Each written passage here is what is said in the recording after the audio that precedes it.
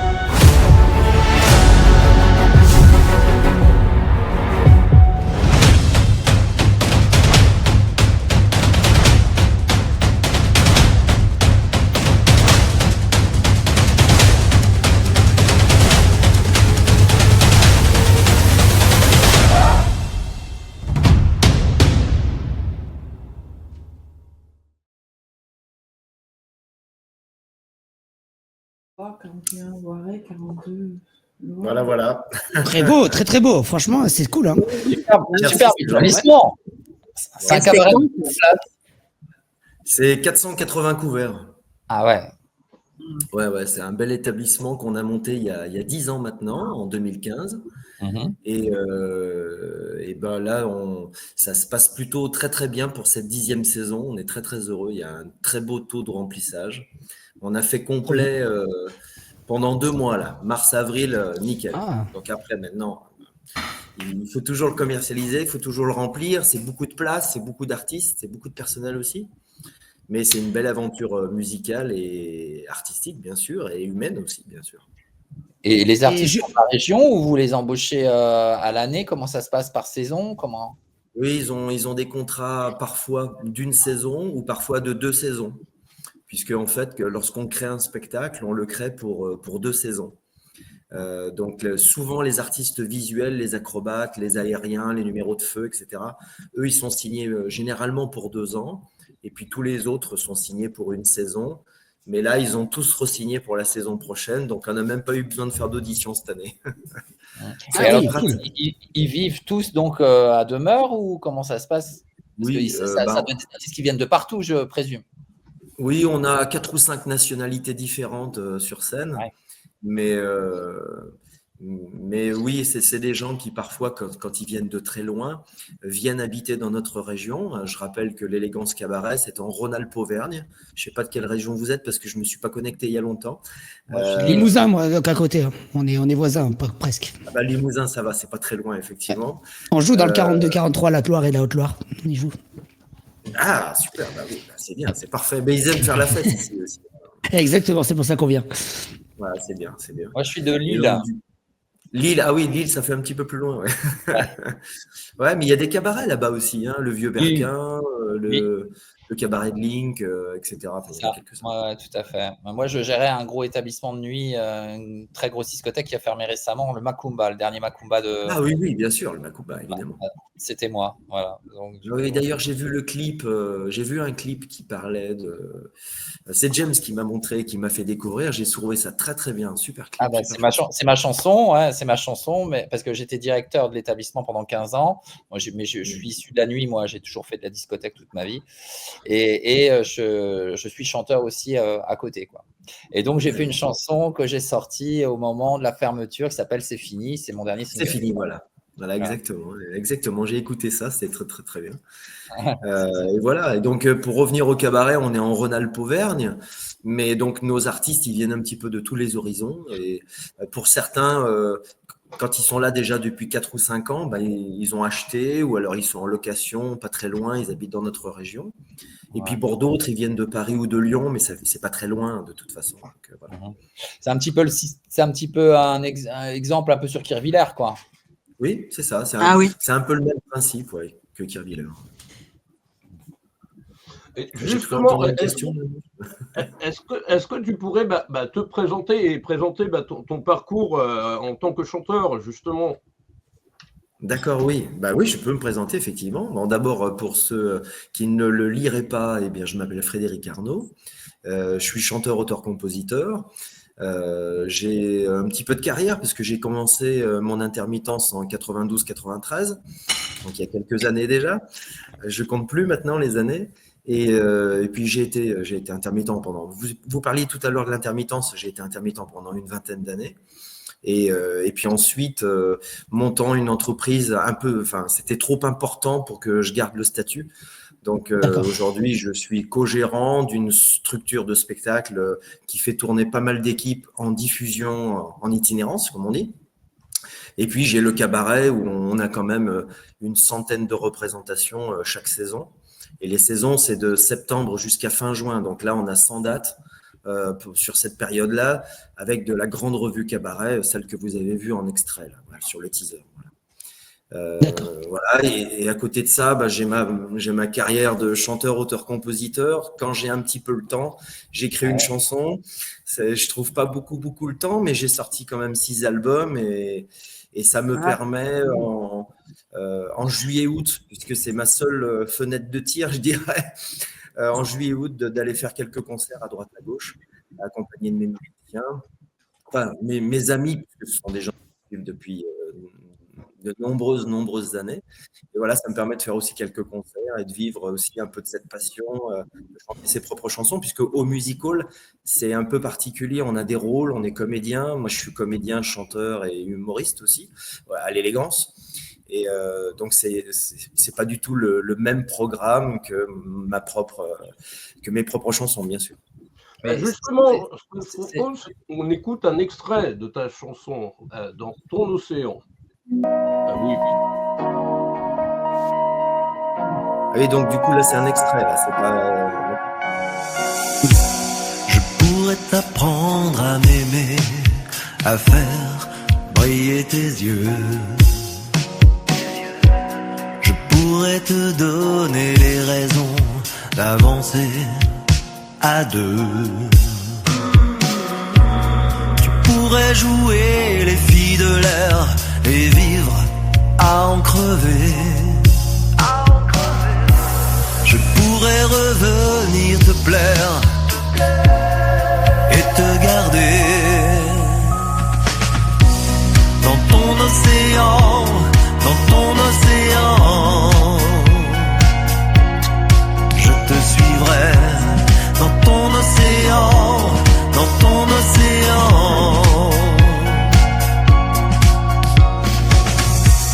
On pourrait tout oublier, laisser passer le temps. Prendre un bateau, briser les vagues en plein vent. Je te suivrai dans ton océan, dans ton océan. Je te suivrai dans ton océan, dans ton océan. Voilà. Okay, cool. C'est toi du coup qui écris les textes. C'est toi qui écris les textes et tu fais la composition ou tu es compositeur? Oui, je suis auteur-compositeur. Okay. Et je suis dans un univers qui n'est pas le même que Geoffrey. Oui, de toute façon, il y a romantique, des chansons un peu pour femmes, pour dames, chansons d'amour. Voilà, je suis plutôt dans cet esprit-là, on va dire. Très bien. Mais heureusement. Oui, c'est super bien, bravo. J'ai toujours fait des chansons un peu comme ça, et du coup, je me suis aperçu dès le premier album que le public était excessivement féminin. C'est bon, j'ai compris. C'est bon. Voilà. Et du coup, je suis resté un peu dans ce domaine-là parce que les filles, elles me suivaient, quoi. Voilà. Donc, et bien, ça me plaît bien. Super. Et c'est ton cabaret où tu travailles ou où tu es Oui, artiste? c'est ça, c'est mon cabaret, oui. Enfin, je suis pas le seul. On est deux, en fait. On est deux associés, deux co-gérants. Et on a monté ce cabaret parce qu'en fait, on faisait beaucoup de tournées avec du cabaret, avec des spectacles de chansons, avec des tributes, etc., des années 80, tout ça. Et on tournait beaucoup en itinérance, on faisait que ça, en fait. Et au bout d'un moment, arrivé à l'âge de 40 ans, on a commencé à avoir un petit peu mal au dos. Et on s'est dit, waouh, vivre toujours dans les minibus, dans les hôtels et tout ça, c'est quand même un truc de jeune, quoi. Enfin, nous, on était vraiment fatigués et du coup, on avait cette idée-là en prenant l'exemple de Kim Miller dont on a parlé tout à l'heure. On s'est dit, au lieu que d'aller de ville en ville, ce serait peut-être bien qu'on monte notre cabaret et que ça soit le public qui vienne nous voir chez nous. Voilà. La réflexion, elle est toute bête, mais du coup, c'était quand même un gros investissement parce que c'est un gros investissement financier parce que on a fait construire, quoi. Hein, on a fait construire. Ouais. Ah ouais, d'accord. Ah oui. Ouais. Donc le crédit n'est pas fini encore. Ah oui. Donc, on a fait construire le cabaret et tant qu'à faire construire, on s'est dit si c'est pour monter un établissement qui fait 150 places, ça nous intéresse pas. Autant faire un truc un peu haut, un peu important. Voir les choses en grand, quoi. Ouais, voir les choses en grand. Donc, on a une scène qui fait 230 mètres carrés. On a 9 tonnes de décor. Enfin, voilà, c'est un truc de fou, quoi. Ouais. Mais, ça va être trop cool. Oui, on ne s'est pas posé de questions, en fait. On l'a fait. On s'est jamais dit, là, on risque de se planter, ça va être dur. Non, on ne s'est jamais posé la question. On s'est dit, allez, on le fait, on prend un crédit, on trouve une banque et on y va, on dépense, on met tout en hypothèque et c'est parti, quoi. On n'a pas trop réfléchi et je pense que tout à l'heure vous discutiez il faut être entouré, etc. Oui, mais tout ça c'est bien évidemment. Et de temps en temps il faut y aller, quoi. Il ne faut pas trop se poser de questions. Tout à fait. Je suis d'accord. Bravo. C'est très cool. Bravo en tout cas. Félicitations parce que c'est un gros projet. J'avais regardé, moi j'ai été regarder cet après-midi le site. Je trouve le spectacle, en tout cas les extraits qui sont montrés. Je l'avais vu du coup le trailer et je trouvais ça grandiose, quoi. Je me suis dit bravo, franchement. Oui, donc, puis c'est. Vous êtes sur scène et en même temps vous occupez la restauration, le machin et tout ça. Ouais. Oui, c'est ça. Mais là aussi, c'est pareil. C'est pour ça que je peux rebondir sur le fait de bien s'entourer. On a en cuisine un super chef. Je vois, ouais, j'ai vu les menus là. Oui, c'est à l'air. Ouais, les menus sont super. On n'a que des félicitations. Le spectacle, les gens aiment beaucoup parce que ça fait quand même 30 ans qu'on fait du spectacle. On sait à peu près faire maintenant. Et donc, autant dans l'assiette que sur scène, les gens ils sont ravis. Ils passent un super moment et ils en parlent à leur tour et le bouche à oreille, ça marche énormément. Et heureusement parce que on a un spectacle qui est très très important. On est 15 artistes sur scène, donc il coûte très cher le spectacle. Ah ouais, voilà. Et il faut remplir à chaque fois, quoi. Et il faut avoir au moins 180 personnes pour être tranquille, pour être à peu près à niveau, quoi. Donc ça veut dire que trouver 180 personnes 10 fois par mois. Combien de représentations par semaine? En ce moment, sur le mois de mars-avril, on était entre 3 et 5 représentations par semaine. Ouais. Donc, il faut remplir à chaque fois. Donc, en fait, il y a un service commercial qui s'occupe de trouver les dates, les clients, etc. C'est ça. En fait, on est 4 au bureau. Il y a mon associé, Frédéric Gratteau, il s'appelle. Il y a moi, Frédéric Arnaud. Et puis, on a 2 autres personnes, 2 filles, qui sont au bureau. Et quand on n'est pas… Alors, les filles, elles sont au bureau toute la semaine. Et puis, nous, quand on n'est pas sur scène, on est au bureau. Voilà. Et il n'y a pas de… Et donc, du coup, vous démarchez, comment vous trouvez pour remplir le… Parce qu'en fait, je suppose que c'est des gens qui viennent un peu de toute la France ou au moins d'un point de… Oui, en fait, on a une démarche commerciale sur à peu près 20 à 25 départements autour du cabaret, on va dire. Ouais. Donc, c'est un joli périmètre déjà. Ouais, moi, je suis plutôt responsable de tout ce qui est professionnel du voyage, des autocars, des tour opérateurs. Voilà. J'ai une des personnes qui est spécialisée dans les groupes. Alors, tous les groupes possibles, ça peut être du comité d'entreprise au groupe des seniors, les randonneurs, les dons du sang, les classes, les conscrits, enfin, tout y passe. Voilà. Et puis, ensuite, on travaille sur l'individuel. Mais l'individuel, on ne le démarche pas, en fait. C'est après toute notre publicité, Facebook, Google, ça, c'est réseaux sociaux, tout ça. Mais les autocars, en fait, c'est des sociétés d'autocars qui organisent des voyages ou c'est vous qui organisez les voyages? Comment ça... Non, ce sont les sociétés qui organisent, en fait. C'est-à-dire qu'en fait, il y a 2 types de sociétés d'autocars. Il y a ceux qui font uniquement du transport sec, comme on dit. Puis il y a ceux qui organisent des voyages et qui ont des brochures ou des catalogues parfois de voyages. On appelle autocariste, quoi. Ouais. Les voilà. Et nous, tout notre travail, c'est d'être présent dans les brochures des autocaristes pour qu'ils viennent le plus souvent possible au cabaret, quoi. Voilà. Très bien. Est-ce que vous faites un groupement, par exemple, entre tous les cabarets, par exemple, de France? Il n'y aurait pas quelque chose à créer, je sais pas, un groupement de cabarets qui pourrait envoyer des artistes là. Enfin, je sais pas comment, quelque chose qui puisse. Parce que le fils de Patrick Sébastien, il a monté un cabaret justement. J'ai vu ça. Et il chante et tout. Et vraiment, c'est sympa ce qu'il fait. Hein. Il y a même Patrick Sébastien qui est en train de monter un cabaret actuellement, hein, l'ancienne maison de sa mère, le plus petit cabaret du monde. Oui, exact. Oui, Patrick Sébastien va monter le plus petit cabaret du monde. Olivier, son fils, aussi a déjà un établissement. En fait, non, on n'est pas forcément en lien entre nous pour des raisons.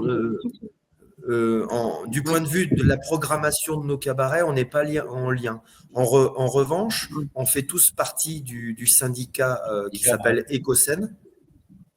Et c'est le syndicat des théâtres privés, des producteurs de spectacles et des cabarets. Donc, nous, les cabarets, on n'est pas très nombreux dans ce syndicat parce qu'en France, il y a à peu près 200 cabarets et au syndicat, on est moins de 100. Donc, on n'est pas très nombreux. Mais en revanche, on a des réunions assez régulières, plusieurs fois dans l'année, sur Paris ou en province, etc.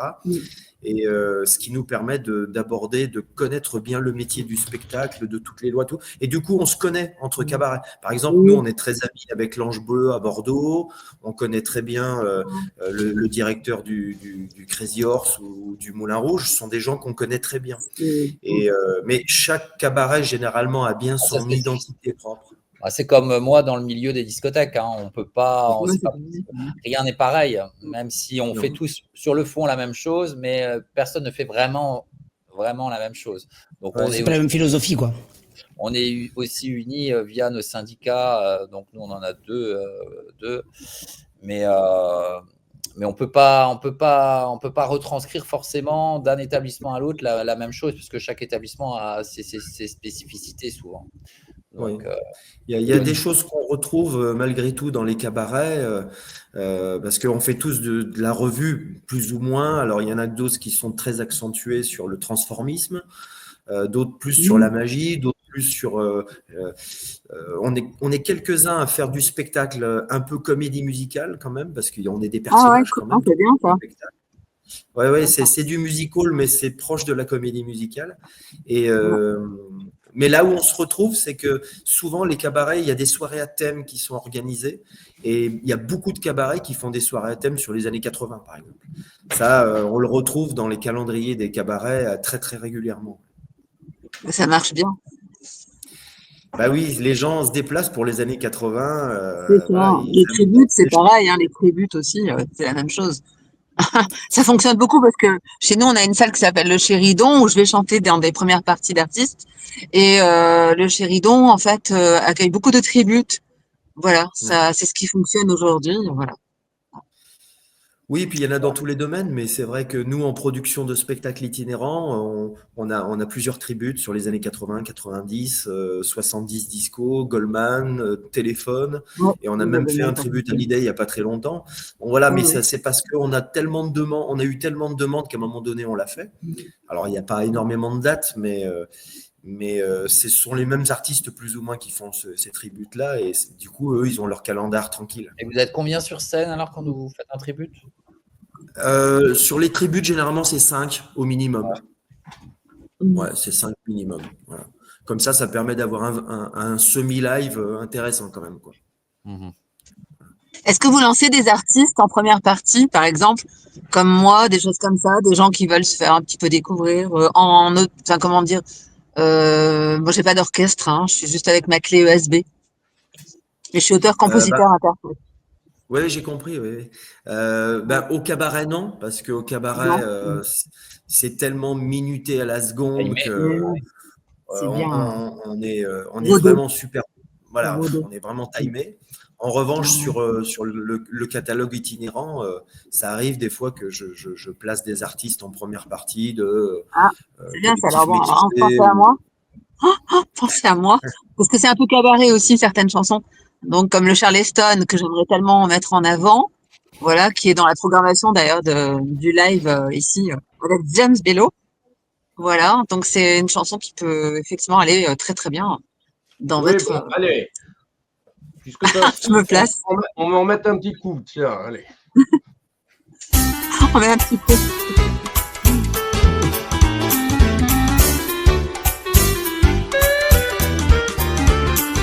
En dansant le Charleston tout près du Middleton, sous les pas de Joséphine Baker, les genoux légèrement fléchis, j'ai suivi ces rythmes endiablés, adada hunda hunda hunda hon. Anyway, anywhere, I love you, loving you. Hey, hey, what I wanna do with you. Hey, hey, I can see you want me to. Hey, hey, what I wanna do with you. Hey, hey, I can see you want me to. Dans la ville de Charleston, Sidney Bechet, Duke Ellington, et sur les pas de Joséphine Baker, des années follow musical, j'ai suivi ces rythmes endiablés, adada hunda hunda hunda hon. Anyway, anywhere, I love you, loving you. Hey. Voilà. Merci, c'est un petit coup de fantaisie, on va dire. Voilà. D'ailleurs, il y a Axel de la PEC, qui est hip-hop, maker, producteur, qui nous rejoint tout à l'heure. Voilà. En tout cas, enchanté de vous connaître tous déjà là, c'est bien, on a une belle palette d'artistes. Qu'il allait se préparer à danser le Charleston, donc je pense qu'il pensait à toi quand il m'a envoyé le message. C'est bien. Mais écoutez, merci beaucoup. C'était fort intéressant de discuter avec vous tous parce que c'est des univers, effectivement, on est tous dans des univers qu'on n'a pas forcément l'habitude de côtoyer à côté, donc c'est cool de pouvoir échanger. Merci James pour l'invitation, du coup, hein, merci de m'avoir fait venir. Et puis moi je vais devoir vous laisser. Ben voilà, moi je vais devoir vous laisser parce que en tant qu'homme moderne, je vais aller faire à manger. C'est ma façon à moi, de garder ma copine. Frédéric a choisi le chant. Moi, ma voix ne me permet pas de la garder uniquement à cause de la chanson, donc je suis obligé de faire à manger. Je vous souhaite une très belle soirée à tous et merci encore. Au plaisir. Merci, à bientôt. Ciao, au revoir. Belle soirée. Au revoir. Oh, quand même, hein. 60 dates, il fait. Hein. C'est bien.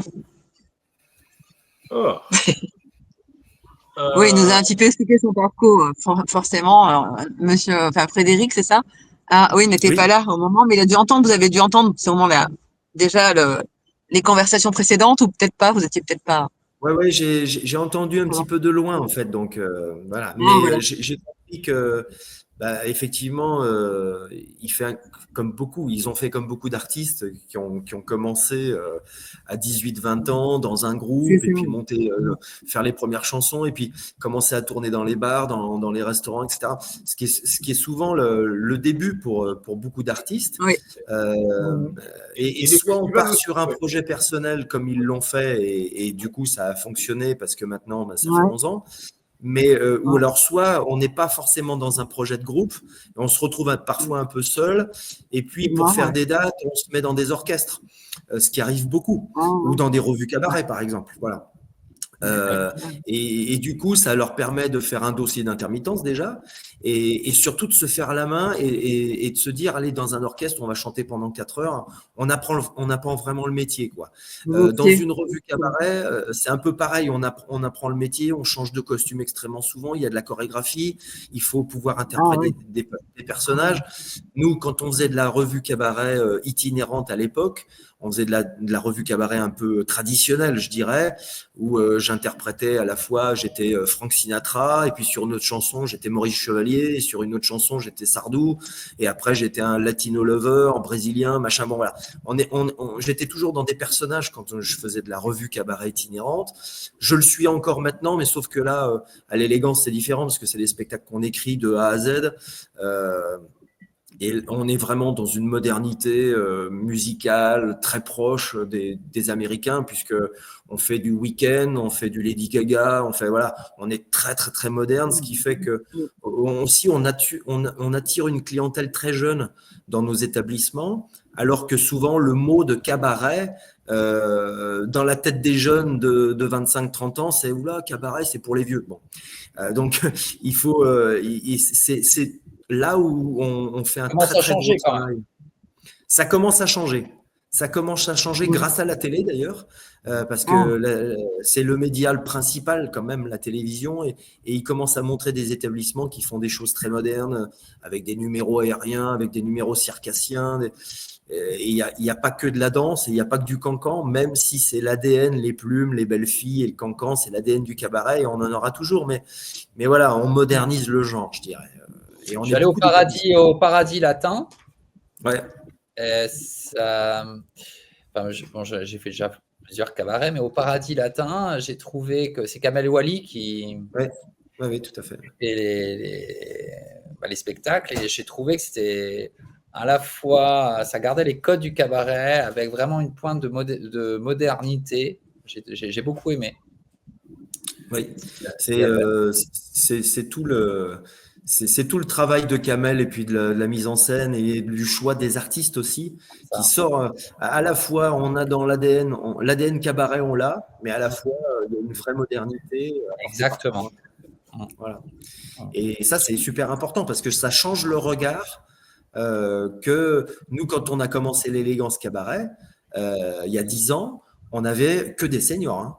On ne se le cache pas, on est avec des seniors, hein, parce que c'était un peu comme ça. Mais en 10 ans, je pense que les mentalités ont changé maintenant. Ah, ça change. Et c'est bien. Tant mieux. Moi, j'ai connu Déby de Coudreau, je ne sais pas si vous la connaissez, Déby de Coudreau, qui a été la meneuse de revue du Moulin Rouge à Paris. Oui, vous devez connaître. Oui. Et j'avais écrit une chanson pour elle, mais elle a beaucoup aimé. Je l'avais présentée d'ailleurs à l'époque, parce qu'à l'époque, je tapais un peu aux portes. Comme j'étais sur le terrain, je pouvais le faire un peu plus, on va dire. Maintenant, je suis loin, donc c'est pas la même chose. Je suis plus à Bandol. On n'est pas dans la même ville là. Et du coup, j'avais fait une chanson qui s'appelait Souffles impudiques. En fait, je m'étais mis dans la tête d'un homme qui regarde le spectacle d'une femme. Et voilà. Et donc, j'avais écrit, elle avait adoré mon texte. Genre, parce que j'aime bien, je m'adapte vraiment à toute musique, ça peut être du métal, n'importe quoi. Quand j'écris un texte, j'arrive à vraiment à m'adapter. C'est un truc, ça, c'est un don. Voilà. C'est le plaisir des mots, hein. De la langue. Bien sûr. C'est pas si évident, de toute façon, d'écrire une chanson. Non, ouais, il faut être musicienne. Hein. Pour bien l'écrire, il faut être quand même musicienne si on veut que ça colle complètement dans les sons. Si on perfectionne vraiment la chose, c'est parce que bon, il y a 2 types d'auteurs, comme je disais. Il y a les auteurs qui sont plus dans l'intellect, mais pas forcément des musiciens. Et il y a ceux qui ont la musique, les sons, parce qu'ils sont des musiciens. Et ça fait pas les mêmes genres de textes. J'ai remarqué, c'est différent. C'est pas que l'un est mieux ou non, ça n'a rien à voir. Mais les sons, c'est important. Les sons, les voyelles, tout ce qui est chantant dans les sons IAO, par exemple, comme en italien, ou glissant comme l'anglais dans les consonnes. Voilà, cassons ces serpents qui sifflent sous nos têtes, etc. Voilà, on a appris ça à l'école. Ouais, et c'est intéressant de travailler la langue justement dans le sens de sa musicalité pour la langue française plus précisément, parce que justement elle peut être trop abrupte sinon. Si on reste trop dans le concret, enfin, je sais pas comment expliquer ça. Voilà. Donc...